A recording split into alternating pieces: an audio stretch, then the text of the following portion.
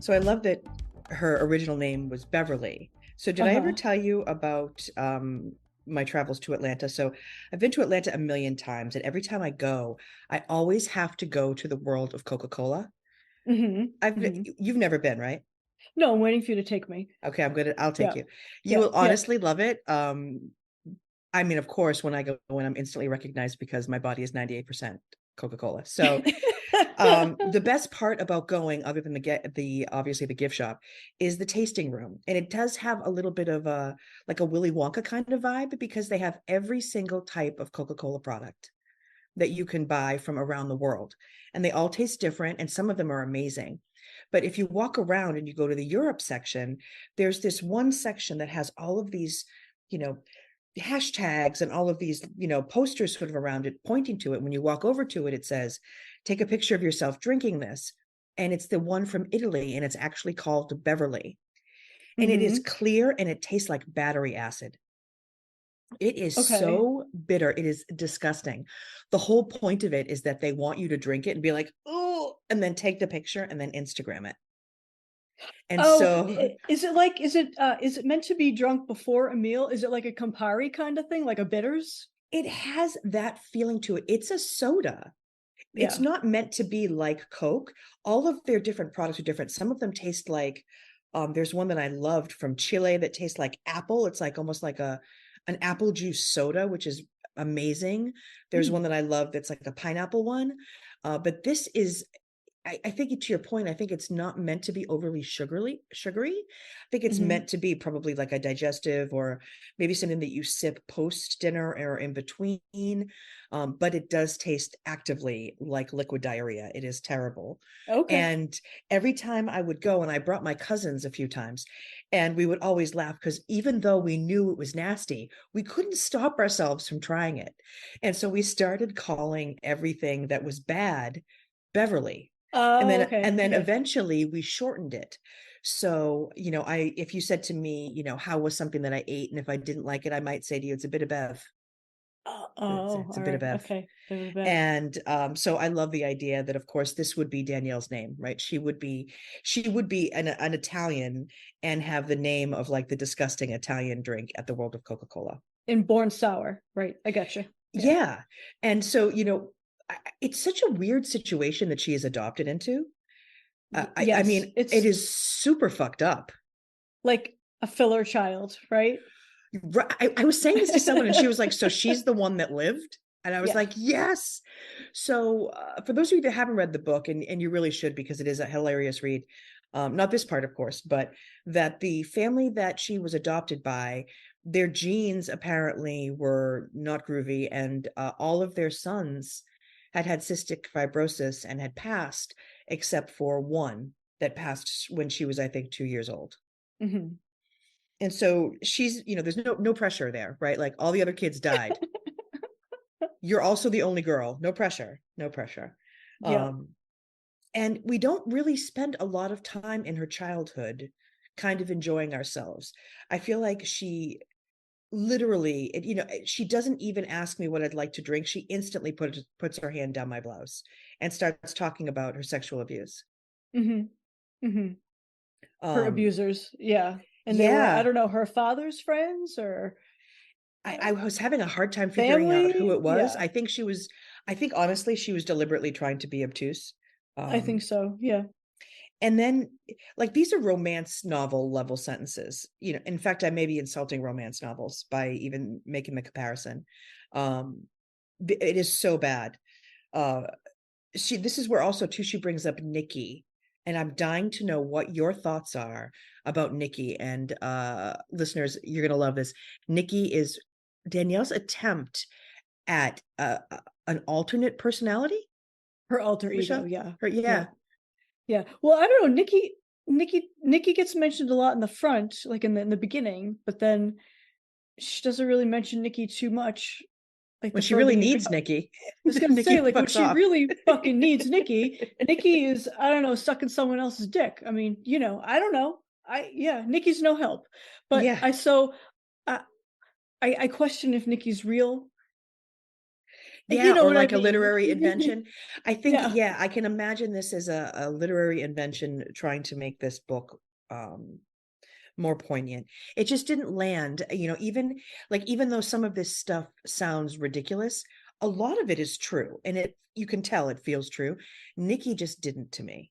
Like that No. whole section talking about that. And I feel like Prege like forgot to insert Nikki, Yeah. throughout the book. Yeah. He was like, Yeah. what was that chick's name again? I can't remember. Yeah. And so, Lucinda yeah, Hillary. right. Yeah. And so, Broomhilda. Yeah. and poor Danielle, all of this stuff leads to like a lot of early trouble with men.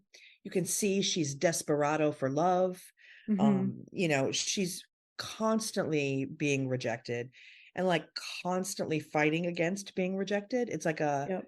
a creepy cycle that we keep saying. Yep. And it's like a sad story just made up of bad choice plus bad choice plus Yep. bad choice. And I mean, so just at a high level, we can give a sort of an idea for folks what happens. So she marries a man who was an FBI informant while she is an exotic dancer in New York. Oh, that's her second husband, correct? No, the second husband is Staub. The first husband is Kevin Marr, right? The guy that, Wait, who's the one she married when she was really young? That's Kevin Marr, yeah. the boyfriend from high school? Oh, wait, there's three. So there's the boyfriend from high school, and that doesn't work out. And then there's the Kevin Marr, who is the CIA informant who originally tells her he's in the FBI? FBI, or he's an FBI informant. It's very weird. But he's actually, so he's just an informant. He's not working for the FBI. Yeah, but I think he Yeah. tells her that he's like super coked up. And this is Yeah. when she's living her life as at first she tries to tell us that she's a dancer, and then eventually she's like, yeah, I'm a stripper. Yeah. Yeah. And it's interesting. It's like, I don't even understand, like her husband, Kevin Marr, turns out to be a bigamist, and I never really understood if she was actually married So to I him. think I think there was the first boyfriend from high school and they were in love, but that didn't work out. So that I don't think they got married. So then she married Kevin, But and they was he went to married first to well, he her was or to the already other chick? married. He was already married to the other chick. So was his marriage to Beverly even legal? Well, he gave a different name, so it was, she still had to divorce him. That's the That's what I was funny just going thing. to say. That was the part that like I had questions about, because I had so many questions. I actually wrote notes in the book because I was like, what the fuck is happening here? Because if he was married to somebody else previously, his marriage to her would not have been legal, even if he said his name was Bo Deedle. Yeah, that's why yes. So So that felt weird to me. someone's taking her money, or just, Yeah. it's I don't get it. Maybe that was like another literary thing and maybe Stephen didn't check, Mr. Pregay didn't check, because that just didn't Yeah. seem to, yeah. And, even the story doesn't really go anywhere. It doesn't really, I mean, she talks about the fact that she was engaged 19 times and mentions almost none of those. Right. Right. Um, She just mentions that she liked leading them on and then saying no. yeah. And like, listen, I mean, let me play for you Danielle Staub's greatest hits, Michelle. Oh, Welcome. yeah. Welcome to Danielle Staub's greatest hits, where you will hear such gems as they couldn't help but taste the forbidden fruit of their love, and no one would stop their passion. Talking about her parents. You imagine? Like it made me want to puke. Oh, this is another great one. And don't forget this little gem. This may sound a little off the wall, but I think I absorbed my religious beliefs as well while in my mother's womb. Yeah, that delusional shit really, because she's so special. Like, I do not get it. Oh, Michelle, you can't forget things like this. After my breakup with Peter, I discovered that a lot of guys really wanted to be with me. This realization led the feminine beast inside me to grow even more. The beast, the The feminine beast. beast. It sounds like Eileen Davidson when she's Yep. mad at him. You beast. You beast. Oh, and I love this too. She was practicing for a commercial here. I used a hair conditioner that was top of the line that made my hair full and silky, and I got noticed. Mhm. Was And that like from her diary, like the one with the little lock no, and key? these Like these when are she was literally 12, this is literally from her right? book. No, but These are she just picked up, she ripped pages out of her diary, right? who the fuck is Stephen Fergay? I need to know. Oh, I love this one. He was attractive, half Italian, half Irish, with GQ looks and a body like a brick shithouse. I'm sorry. These can't be real things. Oh, I love this. I even sold more drinks than the blonde waitress who was banging the manager. Mhm. I mean, these things, I mean, I can't, Michelle. The cringe level with the things that she is saying here. Oh, I love this is the best. I mean, when she ends a chapter, she really ends a chapter, Michelle. I mean, this Yeah. woman, Which one are you on just now? like an athlete who hangs up his jersey and cleats when he retires, I hung up my stilettos for the last time. Yeah, exactly. Exactly. You and I fucking mean, Barbie. Yeah. is that evocative? I mean, you tell me, Michelle. Can you not see that? Oh, I see it. Yeah. Yeah. Yeah, I I see this them book is along her wall. She's got every color. She's got the ones that fucking flash with the colored lights. She's got black ones, clear ones, green ones. Yeah. yeah, this book was a lot. What do you think? Anything that jumped Um, out at you to I know, share? Maria. It's like I can't even like go through like the story because I don't know like what the story is. Like I can't even like lead you through the story. It's just a bunch of things. And I she, think it's like just she is telling her story through guys that she has been with. It feels like a little. yeah. And so here's the thing. So then so the Staub guy, where she gets her name from. Yep. So she's working as an exotic dancer, and now people work as exotic dancers for money, but there's also like other reasons, other fulfillment reasons that people do it, right? Sure. And there are reasons that men want to go in and spend their money Hmm. and do this, and but there's a certain kind of man that regularly visits a strip club. A man who likes a good steak and lobster. Good steak and lobster with like some A man who likes wings. sweaty pussy juice dripping all Oh, over it, man. right? Come on. How can you even eat? I don't get it. Yeah, I can't even imagine. I can just imagine like the cook with like a cigarette hanging out of his mouth with like Mm. long frizzy hair like falling all over the place. So The no rubber cringe, the gloves.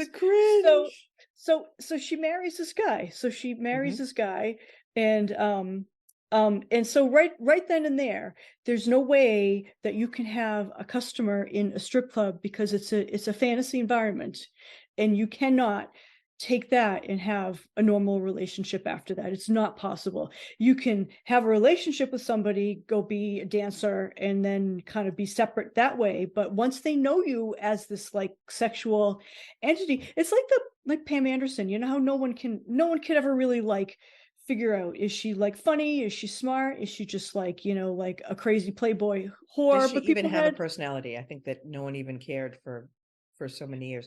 No, I think I think you're right. Honestly, it's interesting that you say that though, because on Bravo we have other people who have actually done that same exact thing. Nene, that's where she met Greg, yeah. R.I.P. Greg, and Mia, that's where she met Gordon. Well, OG. so okay, and now so Nene had, I think she for ostensibly she had a good healthy relationship with Greg, so And healthy enough where they did get divorced and then they got remarried, they Michelle. got divorced and remarried. So I think they So thought about it long and hard. I think she thought of him as a real life partner. She enjoyed him and he enjoyed yeah, her. And I think that was really, I don't like Nene, but I did like her relationship with I Greg. love Nene. Mia, I want to Mia be friends doesn't with know if Nene. she's like an executive or she doesn't know who owns the She's a boss company. bitch. She's a And she doesn't know why she owns so many okay, Pam. houses at her massage parlors. So Yes. she doesn't really know what's what. I do love her husband though. I love him. Yeah, yeah. Well, I will say, just That not tongue. to, yeah, Mhm. not to that tongue. Well, I almost called you today while I was driving, but I didn't want to bother you. But I was driving through Surrey County, Oh, Sarah and County. so I was Sarah thinking about County. Oh, our Sarah girl County. Karen Huger, who's like the ambassador to Surrey County. Yes, Oh, see my big yes. tits, sorry. See what I've done now. I love I love all things Karen Huger. But yeah, so I mean, I think other people have done it, but it is an unusual way, let's say. It's an alternative way to meet a man that you want to, or meet a partner that you ostensibly want to have children with. It's a very difficult thing to deconstruct and reconstruct. Like you think of like what you're asking your mind to do. And so then he has he has an affair on her, right? Like after Stunning. their first baby. Yeah. Yeah. And then what left me really, there was some blank spaces for me. She doesn't really give a reason why they broke up. And it just seems that like everything was going good and maybe he was trying, but she just has to go back to her old habits, which is suck. Yeah, I mean, I I have to mean, be honest. I agree. There's huge blank spots that were left out of her life. And I yeah, think it's the opposite from what we saw in some of the other books that we've done together, which is, I think that Danielle does talk about situations in which she makes stupid decisions. I also think that she deflects a considerable amount of the blame. yes, Whereas I think that other people that we have read and that we have seen take a little bit more accountability and show a little bit more vulnerability around some of the things that they've done. Whereas I think she just sort of glosses over some of these things, and things like her arrest. She is, even when you read the description of it, it doesn't make sense narratively, number no, one. no, Even if we were to sit, to create a situation room, if we were to Criminal Minds this shit, right, and stand up and try to plot, okay, she walks through the door, this happens, where's the kidnapping charge, why is this all happening? None of it makes sense narratively. And I think that she is deliberately deflecting away from her part in a lot of this stuff. And she yeah, will say things like, she did coke and she hung around with all these people, but no, George, or Jorge, however it was pronounced, he was a gentleman. And she makes it sound like he was you know what I mean, he's Ricky Ricardo. I mean, this is hmm, not, I mean, he sounds like he's a drug kingpin. And I yeah, think that it feels like this book is specifically in answer not only to Kevin Marr's book, but to the rumors and all of the way that people felt about her on the Real Housewives of New Jersey. yep, Yeah. yep. Uh, Yeah. yeah, I don't, I just, yeah, there's a lot of blanks, and uh, Yeah. It was a rough um, one.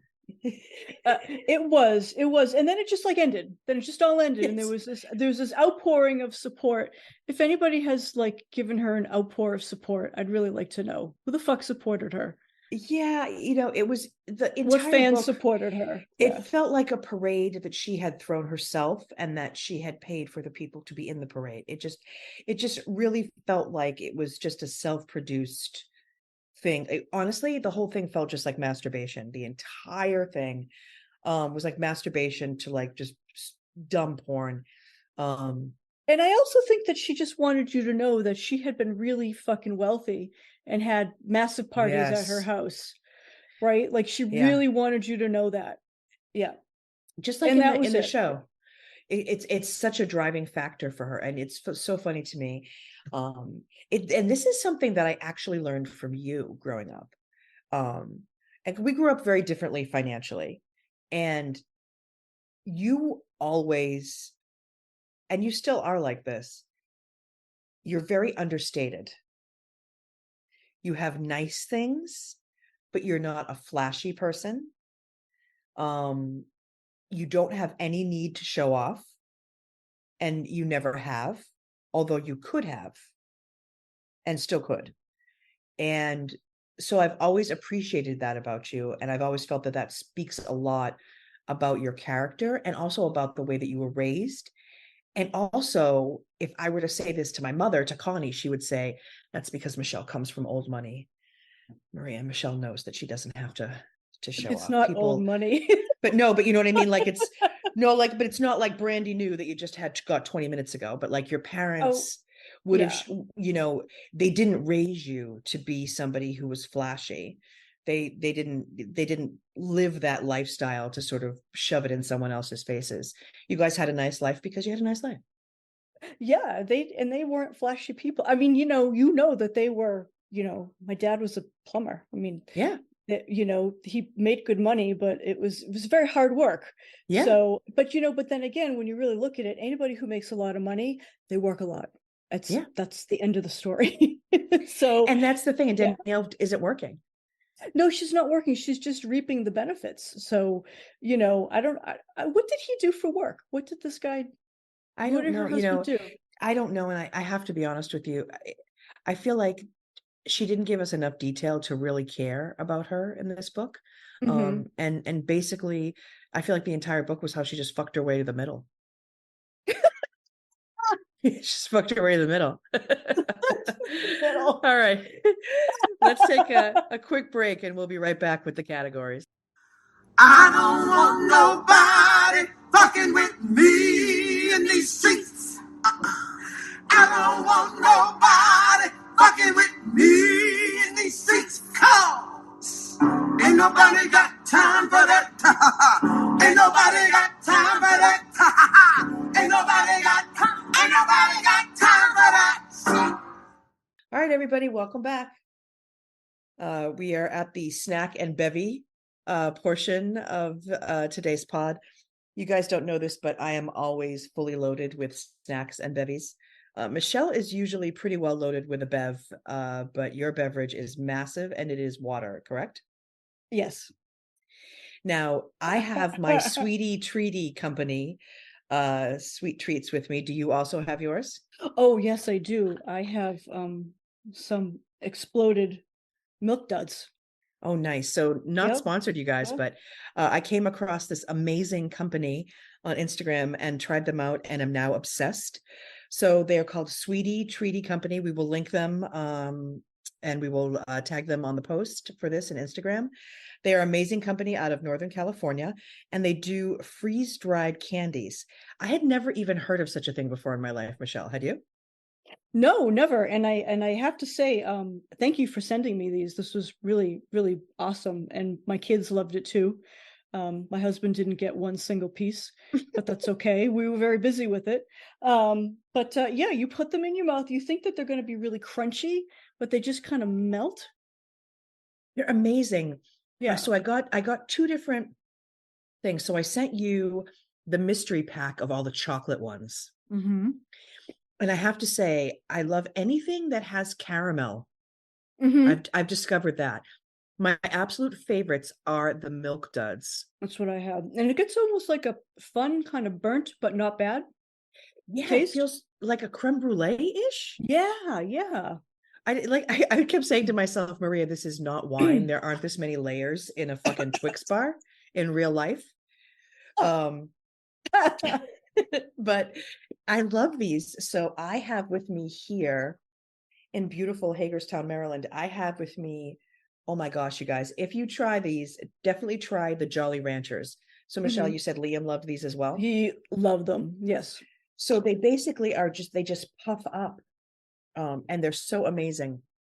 I also have Snickers and I Those were have, fantastic. Yeah. did you have these as well? These are like Charleston chews. Yes. Oh, I love Charleston Fun chews. Those were fact, so good. Yeah. Fun fact to the folks at Sweety Treaty Company, Michelle and I are from where Charleston chews are made in Massachusetts. And I'm from the next town over, Everett. I used to drive by the Charleston Chew factory all the time. It is Yeah. now condos. Fun fact. Right. But they're still made somewhere local, aren't they? I just ate a green apple one. Oh my God, these are amazing. Guys, Oh. run, don't walk. Go to Sweety Treaty Company. Tell them I sent you. This place is amazing. And they have really great customer service. I had a little bit of a panic attack. I wasn't sure if I was going to get mine in time. I reached out. They calmed me down. Everything went okay. Now, how are the fruit roll-ups? Those looked really interesting. Oh my gosh, the fruit roll up was a religious experience. So it's such concentrated flavor that it was almost like phyllo dough when you bite into it. It was like light and thin, but it and had then it the just layers. dissolved. Yes, it just dissolved in your mouth. They were both strawberry, the ones that I had. Totally delicious. I could also have I also got this watermelon salad, which was all these different types of sour watermelon candies. Also delicious. I will say though, if you don't like sour, don't get sour things because the flavor is just intensified. I've been to one of the sour things and I instantly got juicy jaws. You know, when you just drool. Yeah. I call that juicy jaws. So hopefully you all have your snacks and your bevies with you because we're about to get into the categories. But before we do, thank you so much to everyone who has subscribed and followed the pod and has listened and has been kind enough to leave a review. We really appreciate it, and we appreciate you guys. So let's jump into the categories. So number 1, magic wand, Michelle. So what would you change if you could change some stuff about the book other than making it the top of a pyre? What would you change about the book? I would where do I start? I would, it's like just one thing, right? You know, I think it could have been a good story. I think it could have been really interesting. I think it needed you know what? It needed more length.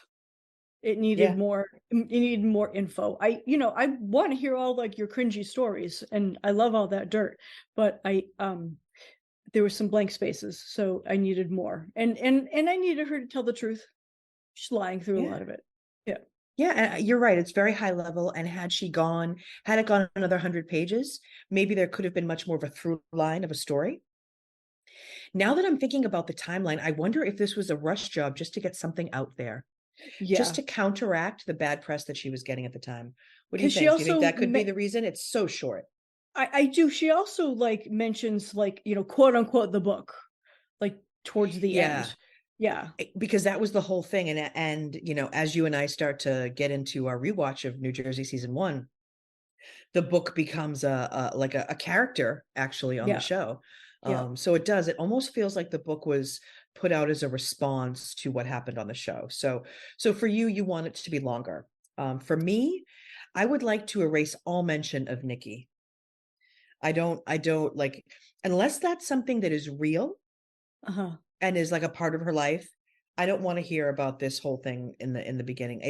It does feel like a lame excuse, even maybe to excuse some of her behavior later. And I think with the way that we think about mental health today, I think it's kind of irresponsible to kind of just throw it in there, and to make it seem like she has an alternate personality. Has she ever mentioned Nikki and on the show ever? Never, no. Yeah. Nope. So that brings us to our second category, which is the cringeometer, one of my favorites. So for this one, if we're talking about 0 to 10, how cringy is this book for you? 10 being super duper cringy. 10 being super duper cringy. 10 is what? Johnny Depp and Amber Heard, right?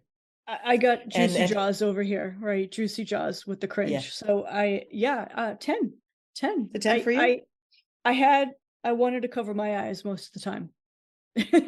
Yeah. I mean, I feel a little guilty because I think, the beginning of and to your point, there was potential for there to be a story. So for me, I would say it's a solid 8.5. But so for everyone else, please cast your votes on Insta. We will be putting out the cringeometer a couple of days after the episode airs. So let us know your votes on that post. We'll be excited to hear. So our next category, and of course, I think I know how you're going to answer this, but Michelle, would you recommend this book to someone? Well, yeah, just because I find it cringy, it doesn't mean I wouldn't recommend it. So, yes. In fact, you might find a correlation with the higher the cringe, the better the recommendation for reading. Nice. So you would? So would you? Yes, I would. Who's I would put it right next to anyone's toilet. Let's go right there. next to your toilet and your butt wipes. It's going right there. If you got Exactly. get an ashtray going, right? Yeah, I mean, I feel the same way. I think there's, because the book kind of sucks doesn't mean that you wouldn't recommend it. I think if anybody is a fan of the Real Housewives of New Jersey, you should read this book. I think it gives you a lot more color on Danielle, a little bit about her life, and a little bit of an explanation about why she behaves the way that she does. Not an excuse, but it sort of it shines a light a little bit on some of her behavior.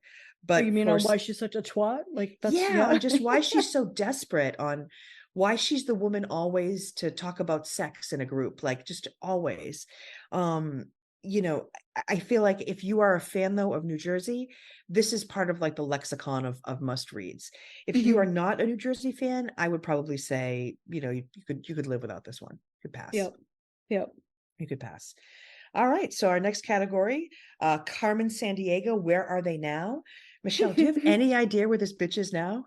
Because I do. Um, uh, not doing much of anything. I mean, I think she's tried to strike up a few deals. And I don't know how, but I see you got your mouth shut and you're smiling and you really are. Yeah, so I can't believe, this stuff just, I couldn't come up with this stuff if I wanted to. So, when I went to do my half-assed internet research and wanted to figure out, where is Danielle right now? Where is she? As of January 2023, she has an account on OnlyFans. Are you familiar with the OnlyFans site?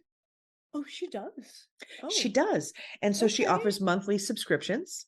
Okay. And those are She like 19. masturbate or Well, or yeah, what I does- mean it's supposed to be adultish content, and it is $19.99 per month. I'm gonna join. I was just What- gonna say, I'm like, put it under Brian's name and then let us know what it is. Yeah.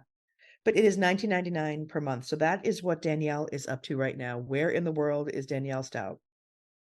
She is in that Franken castle of hers. Though it's really, really Just chilling. So what do you get to watch her do? What do you get to watch her do? And she talks about it like, if you want to get the latest updates, and if, and she's alluding to things like, you want to see it all, if you want to know what I'm doing, like it's very generic language. But the fact that she would join OnlyFans. Well, she has 3 posts. Oh my God, you're already on it. Love that.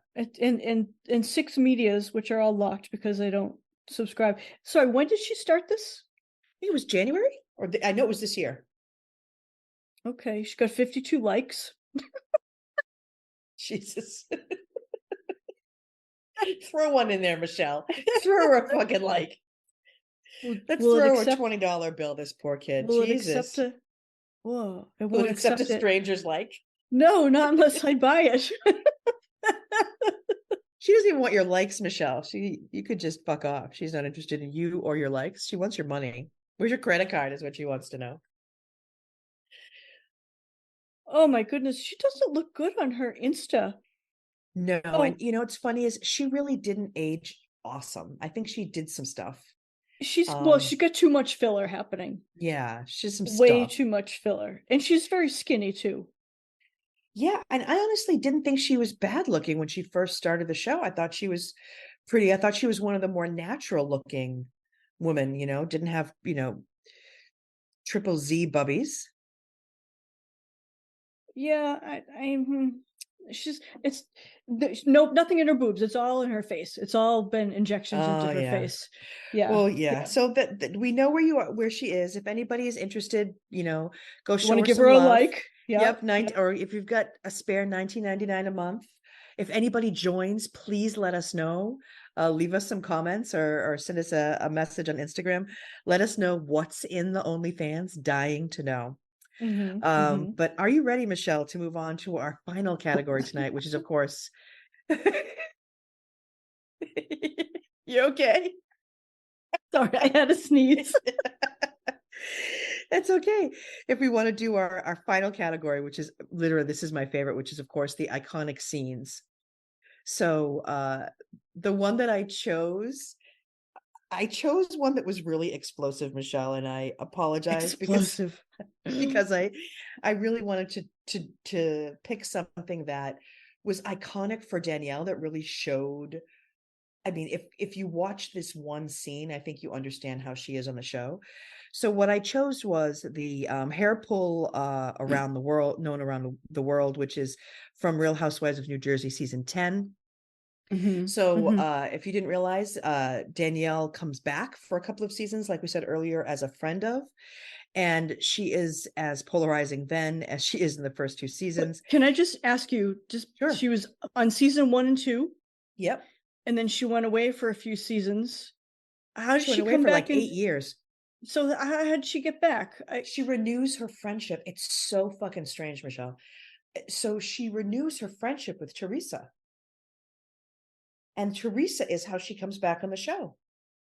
Oh. She becomes friendly again with Teresa. And then Teresa brings her back. And I think that now that there's been enough time, Teresa uses her the entire time she's back as kind of a weapon. She weaponizes Danielle against other people. And I think Teresa realizes how desperate Danielle is to belong, to have friends, all of those things. I think as dumb as Teresa is, I think she realizes that, because she does use Danielle very effectively to get back at I would say almost everyone on the cast. In the 2 years that she comes back as a friend of with Teresa, she starts shit with almost everyone. And I remember there being a point where I thought that Dolores was going to kick her ass. And Michelle, I was so excited. I remember thinking, like, because Dolores is she's the daughter of a police officer. She's very street. She was a police officer as well when she was younger. And so I thought she was going to get up and just destroy Danielle. And because Danielle seems to know how to pick at people. She doesn't know how to make friends, but she really knows how to make enemies. But in her mind, any attention is good attention. I was just about to say, I'm like, it's sad because I feel like she confuses all of that stuff with how you really, the relationships you should have. Yeah. So let's take a look at this scene, because this scene it's some shit. Those of you that are listening in, if you haven't seen this, definitely YouTube it. I will link this in the description. I think you're going to be blown away. So we open in this store. So the store, Michelle, I don't know if you've ever heard of it. It's called Steve and Dan. It's in Long Island. And so all of the girls are there. It's an excursion that Teresa has put together to do some shopping. And so we open with Jen Aiden talking to a group of the girls, which is Marge, Dolores, Melissa, Jackie Goldschneider, who I love. That's my hot take. My unpopular opinion for this podcast is I love Jackie Goldschneider. And she is talking to the girls about the boys' night that all of the husbands had previously. And this is what I love about New Jersey, is that the husbands actually hang out. They're actually friends. And I just recently found out too that the husbands in New Jersey get paid. Oh, really? Which I did not realize, which I was like, oh, no wonder they're hanging out and having boys' nights. So she's talking to them about the boys' night that her husband, Bill, the plastic surgeon, hosted previously. And she says that the guys talked about Danielle's porn. And so allegedly Danielle has like this like soft porn out. And so we see a flashback to Joe Gorga. I love him. He cracks me up. Taking out his phone and actually playing the clip. And so we go right back to the store, and we hear Jackie saying that her husband saw stuff that he couldn't unsee, and they're all like cackling. I mean, it's really just like, I mean, if we put them all in plaid skirts, it could be high school. I mean, they're behaving that poorly. Marge says that their puss has claws and teeth, and at least that's what her husband Joe said. And now the other side of the store, it's a very small store, would you say? It's a very fucking small store. But within earshot, Danielle and Teresa are hanging out. And Danielle is saying that she's upset. It's funny because I love when people do this. Danielle is obviously hurt and upset that these people are talking about her.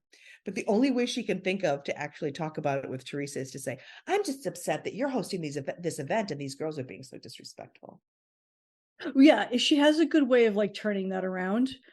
in manipulating the situation, but that seems to be her thing. It's always like she doesn't own it. She just doesn't own any of it. She's boring.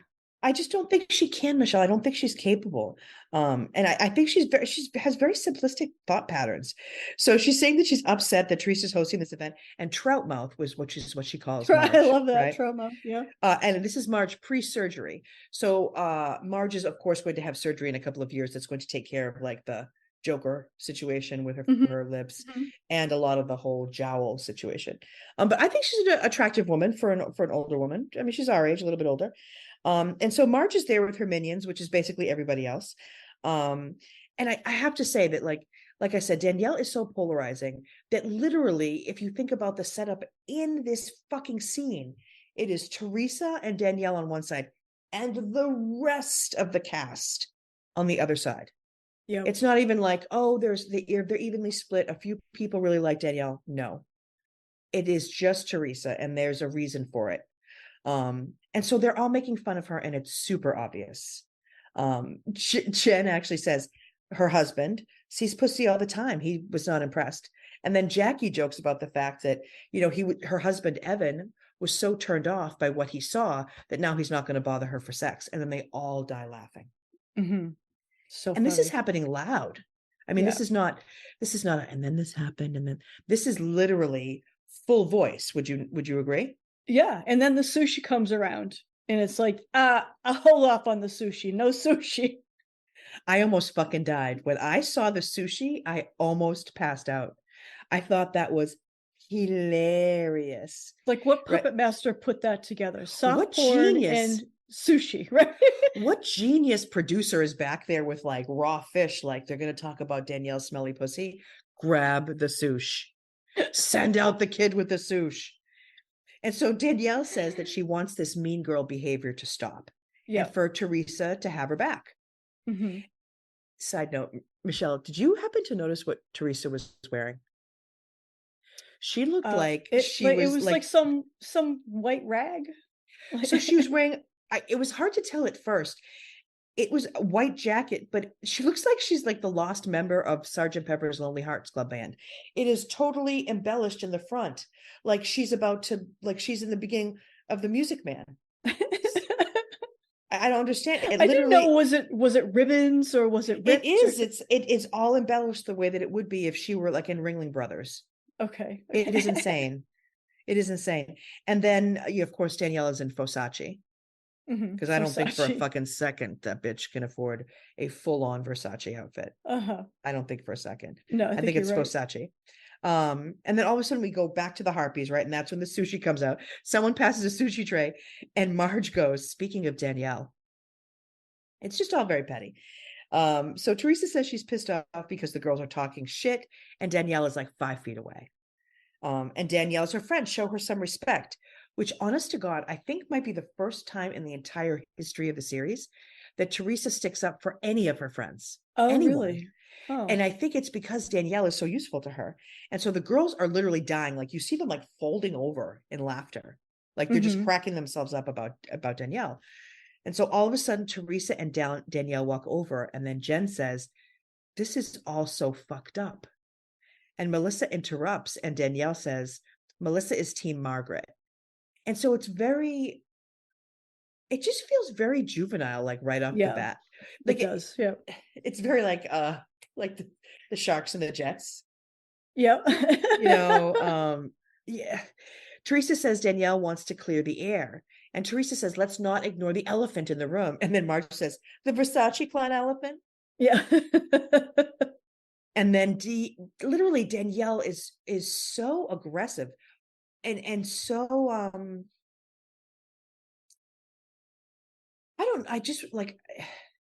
it feels like she is in a different scene here. It feels like she is in, like there was like a callback for like tryouts for like the Beat It video, and she's going to be one of the gang members in that with like the stiletto. Like it just seems strange that she is so like, what's your problem, Troutmouth? Like she just gets I think she gets triggered. She's in her element here, so it's almost like she wants it. because there was something about at the end when they were walking down the street, her and Teresa, and she almost had this, like, she had this smirk on her face, and she was kind of like head held high, chest proud, and I was like, you fucking like that. You like that. I have some color on this for you guys that I don't think you know, that I think you're gonna like. So yeah, keep that in the back of your mind. We'll come back to that in a second. Yeah. So once she starts calling her trout mouth to her face, that's when everything escalates. And I think you're right. I think that Danielle is triggered by not belonging, right? Like she already feels out of place. She already feels like she doesn't belong. And now these girls are literally confirming it by laughing in her face. And so as soon as Marge hears her call her trout mouth, she says, I have no problem. I want nothing to do with you. And so then Teresa accuses Marge of interfering with Danielle's relationship with her ex-husband and current boyfriend, same guy. Marty. So we have a flashback to Marge talking to Marty. She and her husband Joe are friendly with Marty. They're close friends. And so she's actually saying to Marty, my hope is that in 5 years, you're going to be with someone who deserves you. Now they all start yelling all at the same time because Teresa is saying that like Marge broke up the relationship. Dolores tries to be the voice of reason and saying like, with all due respect, Teresa, like I don't believe that. And she actually kind of goes toe to toe with Teresa a little bit. And Teresa completely ignores her. And so a little backstory, Danielle accused Marty of abusing her kids. And not in a sexual way, but like physically abusive. And so Marge is starting to say like, why would you go back to him? Why would you want to do all these things? Why would you say that about him? And Marge is like bringing logic to a Real Housewives fight, and logic cannot live in the Bravo universe. No, does not live, disintegrates. Yeah. And so it's poor Marge. So Marge is starting to again she's so trying to be so serious. She's like, you are sick. You are pathological. And then Danielle says, I'm a good person. You just missed out on it. And so then Marge starts talking about Danielle's ex-husband. Then Danielle starts talking about Marge. And here's the funny thing. Whenever someone has a problem with Marge on the show, they talk about the fact that she cheated on her previous husband with her current husband. He was the contractor. And she fell in love with him, and she cheated on him and then married him. And so as soon as she says that, talking about that, like Danielle gets in, it's the weirdest thing. I rewound it a few times. I don't know if you caught this. Danielle screams at Marge to get out of her face while getting in Marge's face. Yeah, I did see that. Yeah. Like they're nose to nose at one point. Yeah. And it was honestly, seeing it again, it even seemed more explosive. So as soon as she does that, Melissa intercedes and she tells Marge, she goes, Danielle isn't worth it. She's a piece of shit. And I have to be honest there. When I heard that, I felt really bad for Danielle. I don't know why. I just felt really bad. And Marge says that she has been dragged and rode hard. And I was pissed because she said it wrong. It's rode hard and put away wet. I was really pissed. And then Danielle says, so are your titties. You should get them done. And clearly this is the trigger for Marge. Spoiler alert, she will get her titties done like the next season or the season after. I can't imagine why. This is when Marge pours the water on Danielle. Which, come on, stop. Someone says something about your tits. Yeah, I just thought it was the stupidest reaction. And honestly, is it like provocation? Absolutely. Is it? Yes. Does it feel a little bit like assaulty? Yes. Yeah. Yes. And so then Danielle starts screaming, did I hit a nerve? Did I hit a nerve? Which is, of course, ridiculous because you know that. But she wants to. She loves that. Yeah. Well, because also, too, part of this keeps her relevant in the eyes of the audience. Us, right? Yeah. So she walks around the table and she grabs Marge's purse, which, by the way, I don't know if you noticed this, it's a Valentino clutch. Yep. I was very upset. It's like, don't fucking touch the nice purse, man. Don't touch that. So Danielle grabs it and empties it into some wax candles. Yep. And when Marge goes to her purse, Danielle screams, you started it, I'll finish it. She says, don't you ever come for me again, you fucking whore. She says that to Marge. And Marge at this point, I think, realizes what she's done. Whereas I think to your point, Danielle doesn't realize that. Maybe not even until she gets home. So, because Marge is now calm. She's almost like zombie-ish, right? I don't know if you noticed this. She's very calmly putting her stuff in her bag. Melissa, you can hear her in the background. She's like, I'm embarrassed for you to be my friends. I'm embarrassed. And then Marge walks over to Steve and Dan. I don't know if you saw this, and is handing him her credit card to pay for the damage that Danielle has done. Oh, I didn't see that. I didn't get that. And so Melissa tries to talk to Teresa about Danielle, to be like, you're defending this? How can you defend this girl? And Teresa fucking shrieks. I don't know if you caught that. She shrieks, that's your fucking friend, pointing to Margaret. Yeah. And so then Teresa says to Margaret, why did you pour the water? And so then, literally Jen, the water. And then Jen and Tree are yelling at the same time. Marge is giving her credit card to Steve and Dan, and then says to Danielle, you can take your drowned rat self and go back to your hole. Mm-hmm. Yep. And so they start to leave. And Danielle just keeps going. Like, to your point, I think she knows she's like struck gold, and she's just mining. And so she keeps saying, go ahead with your white ponytail. You can't even bleach it anymore. Your hair is so broken. I mean, these are like insults that are like elementary level insults, right? Yeah. And Danielle says, and it's weird, and if you get a chance, please go back and watch it and just see this part. She has that weird smirk that you're talking about. Yeah. Before she pulls Marge's hair, when she says, well, because she knew she was going to do it. Like, she was working it up. She's like, this is my trick. And I'll tell you why. I don't know if you know this, Michelle. She was told to do it. Oh, she was? Can you guess by whom? Guess. Andy? Teresa. Teresa told her? It would never be production, right? Because that's like assault. Mm-hmm. Teresa actually, and we find that out later at the end of the season, that Teresa told her to pull Marge's hair. Wow, really? Yep. So that's why I'm saying, when she smirks and she says, I can't help myself, she's just been told by Teresa to pull the hair. Okay. Yeah. So she's smirking, and so she grabs Marge's ponytail hard and pulls her across the store. I watched this a couple of times. She pulls her from standing from a very fucked up angle, almost bending in half. Yeah. And then they all start screaming at Teresa, and everything goes crazy. They pull them apart. Danielle runs out the store. Dolores says I think the funniest line of the clip, which is, that's some old school stripper fighting right there. Yeah. Some old school stripper fighting.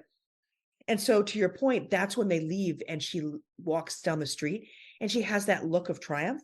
This is why Teresa is protecting her. This is why Teresa leaves with her, guides her down the street. Do you see it? Teresa is almost like producing this episode. Yeah. Yeah. So so Danielle is happy that she's done this for her friend, right? That she has a friend now. Yeah. She's done her bidding. Yeah. And Teresa. And isn't that very little girl, right? Like, you want me to go do this and then I'll be your friend. Yeah. Yeah. Teresa learned that in prison, I'm sure. And then Danielle and Teresa, they FaceTimed Marty. Danielle immediately lies and says she was calmly asking Margaret to stay out of their relationship. Yeah. Right? Totally lies. And then we go back and forth to Marge and the ladies back in the store. I love the idea that nobody says that Marge's hair was pulled. And the reason why is because that's not her real hair. So they keep calling it her ponytail. It just cracks me up. It really didn't come out, though. I mean, I thought. No, excuse me. No, she's amazing. Honestly, Marge has and she was one of the first women of the sort of older generation to do a little bit more in terms of like glam. Like, Marge would always have like something cute with her hair. And her first thing in the beginning was that she would wear her hair in like 2 low ponytails. Okay. Which actually people made fun of her, but it was actually cute. Kind of like, and the other one? Yeah, and the other one. The other one. Yeah. Yolanda. And so, Marge is like, she's a disgusting fucking beast. And then we have Jen saying, she's a dangerous person. She's unstable. Let the crazies be together. And then we see again Teresa and Danielle in this fucking doorway on the street. Yeah. Marty confirms what Marge said. And then Teresa says that, she's there for them. And again, she's like trying to keep the secret. And amazingly, Danielle keeps the secret for quite a while. She So doesn't I tell was for really quite a while. confused why Teresa would make such a big deal out of saying, like, I'm there for you guys. That's why. I really was like, that's so bizarre. Like, why? What kind of friendship is this? And then to like put her in the car. Yeah. She's like, yeah, bye. And I'm yeah, gonna like, go talk to them now. Yeah. And the reason why is because she wants Danielle to keep the secret, and Danielle does. I mean, give credit where credit is due. Danielle keeps it for quite a while. I mean, I would have taken me 2 seconds to be like, she had told me to do it. Oh, and so Teresa goes back in to examine the fruits of her labor. Yeah. And, go along with the lie. And that's really interesting, huh? And she acts like she can't believe what happened. What happened? She says. She comes in. Why did you throw the water? Yeah. Why did you throw the water? And so it was just so strange. And then what she says is she's sorry, but she's old school Italian. And I'm like, what the like, what the fuck is that? And then all of a sudden when we see Jackie, and by the way, Jackie, I'm not sure if you know, is an attorney, and she's so smart. She's too smart for the show. She's like, that's psychotic. Yeah, it's not old school. It's psychotic, And I would say it's not even old school. I'd say it's like nursery school. I have to say, so I watched it twice, and I was like, I cannot go back and watch this a third time. I was just really upset for all humanity.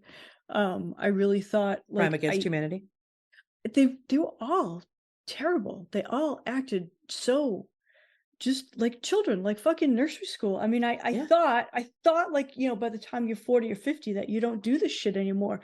So I wonder how much did Teresa produce all of this then? Well, no, but I think does she create that stir? Does she like that? I think she does. Well, I think that's what keeps you on the show. I think that's what keeps her relevant. Yeah. And I think that Danielle, I really do. I think she just weaponized Danielle. I think she recognized Danielle as needy and willing to do anything to either get back on the show, get back in her good graces. I mean, like we've said, she hasn't worked. It's not like Danielle left the show, did Dancing with the Stars, and then, does TV commentary, and, she didn't do any of that stuff. She was not a beloved character. She, by the way, I don't care what her fucking book says, she was not the breakout star of that show. No, she was not. No. She was, she was the break-in star. You know what I mean? Like, she was not, she was honestly, she was like the runt of the litter.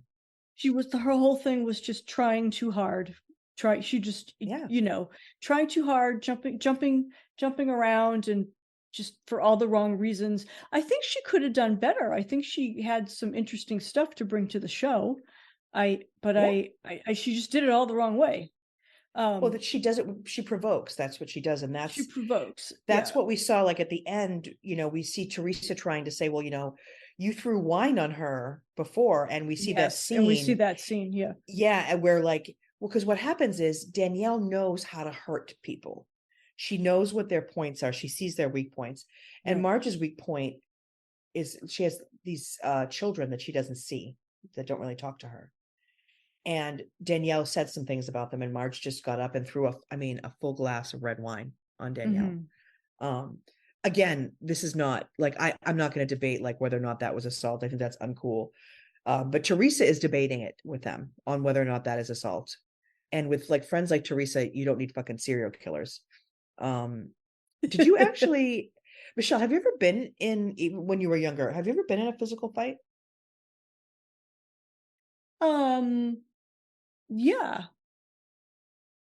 Like I can't pinpoint it. I can't pinpoint it, but yes. Yeah. And I definitely also I remember like there were like friends in the neighborhood who were constantly physically fighting. So I was also always like constantly on the periphery of like these two boys that everybody was friends with in the neighborhood. And it was just like, oh, there they are again, Anyway, so but you were a child. Right? Rooting for one, you know what I mean? And what was really funny was like, because they were boys, it would be like, oh yeah, this one beat the shit out of this one, but like, it would seem to be okay. But as soon as like a girl got involved, somebody's parents got called, there was trouble, there was apologies. Oh yeah, I mean, let's not get to the sexist thing about it too, but yeah, I mean, I can't even imagine fighting like this as an adult. I mean, I remember preventing a lot of fights. I think Uh-huh. I never really had to get into a lot of fights. I think it's because I appear to be the kind of person that you would not want to fuck around and find out about. Yeah, you And I'm a also tall person. I'm not a tiny person. and you also just, you just kind of like don't have any time for it.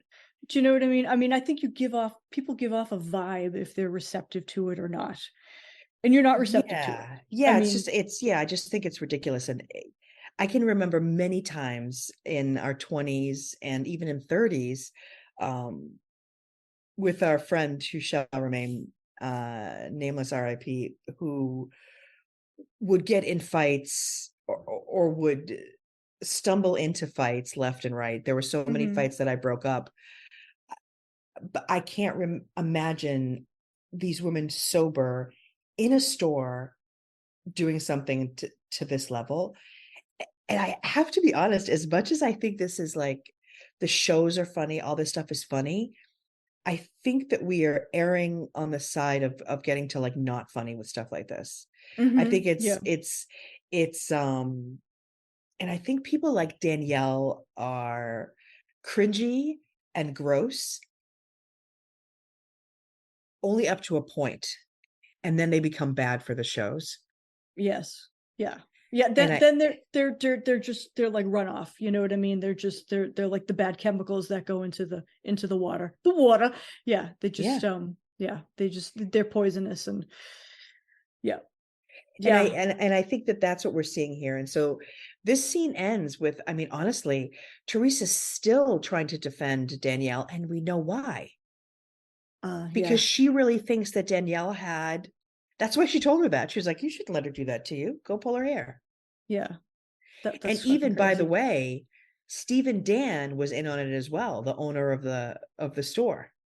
Allegedly, it Really? was where, I know you don't want to go back and watch it, but there's a point at which we see him hugging both Yes. Danielle and Teresa after she's been doused with the water. Yeah. Yeah. That is when the suggestion is made. Oh. Huh. So yeah, so that's Huh. what we see, all that weird behavior from Teresa. And no one can understand why she's doubling down on this. Teresa puts Marge in a cab and is basically like saying, well, you shouldn't have done the water. And she just kind of can't get past that. Yeah. And poor Marge gets on the phone. She calls her husband and she says, I'm not going to cry. And then she And starts she crying. cries. Yeah. With her trout mouth. Yeah. I Yep. know. And scene. Yeah, it was a lot. It was a lot, you guys.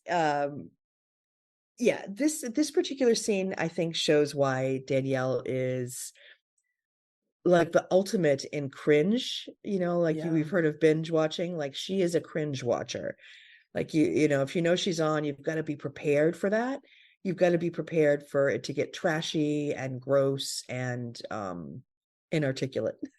And she's one of these like I've done like my share of fucked up things, right? And I've had my share of Not like you. fucked up boyfriends, right? Like, but I wouldn't comment on that if you put a yeah, fucking gun to my head, by the yeah, way. So, but you know all about it. And nope, never. Fucking no. but she's one of Mhm. those people where like you were in your 20s and you'd show up at a party, you'd be like, oh, this is where this is going to go tonight. Like that's you just know, the Yeah. path it's going to take. You're just like, She's who's the taken off her victim? top. She's taken off her top, and it's happening soon. Her top comes off by 11. Yeah. Do you know what I mean? If you're in a party with Danielle, like, she's taken off her top. She's talking about sex to random strangers. Hmm. There's another colloquialism. I think it's New Englandy. I mean, again, folks around the country, please let us know. Michelle, you tell me if you remember this, but where I'm from in Everett, we would call someone who was like a lush, or somebody who was just a little overboard, like a blouser. Do you remember that? Like a Yeah, a blouser. blouser. So Yep, like yep. you're fucking blouser. You're a I, fucking I feel blouser, like yeah. I feel like Danielle is a blouser. I feel like she is just a mess. Yeah. And it's sad because this is almost, I mean, we're getting close to what, 15 years later? Yeah. More than Yeah. almost 17. since she left the show. And her big step up is OnlyFans. With her, was it 19 likes? 1999, girl, 1999. Listen, if anyone's ever interested, I'm happy to do it for 1 month and bite the bullet, but I'm hoping that someone already is in OnlyFans and will tell us. But yeah, this has been fun. This is a super cringy one. We hope you guys enjoyed it. We'll be looking forward to hanging out with you guys again soon. Michelle, anything you want to say about this book or about our friend Danielle before we sign off? Oh my goodness. It's look, I had a good time reading it and talking about it. Totally. I really did. So I think, I'd like to hear what other people think, what they have to say. Also, if you like our podcast, you should follow us, do the little plus at the top there, rate and review. We'd love a review. Maybe like a few people like us so far. And, that would be awesome. Very cool. Yes, please. If you guys wouldn't mind, we would love that. And until we meet again, stay cringy, my friends. Take care. Bye, everybody. Bye.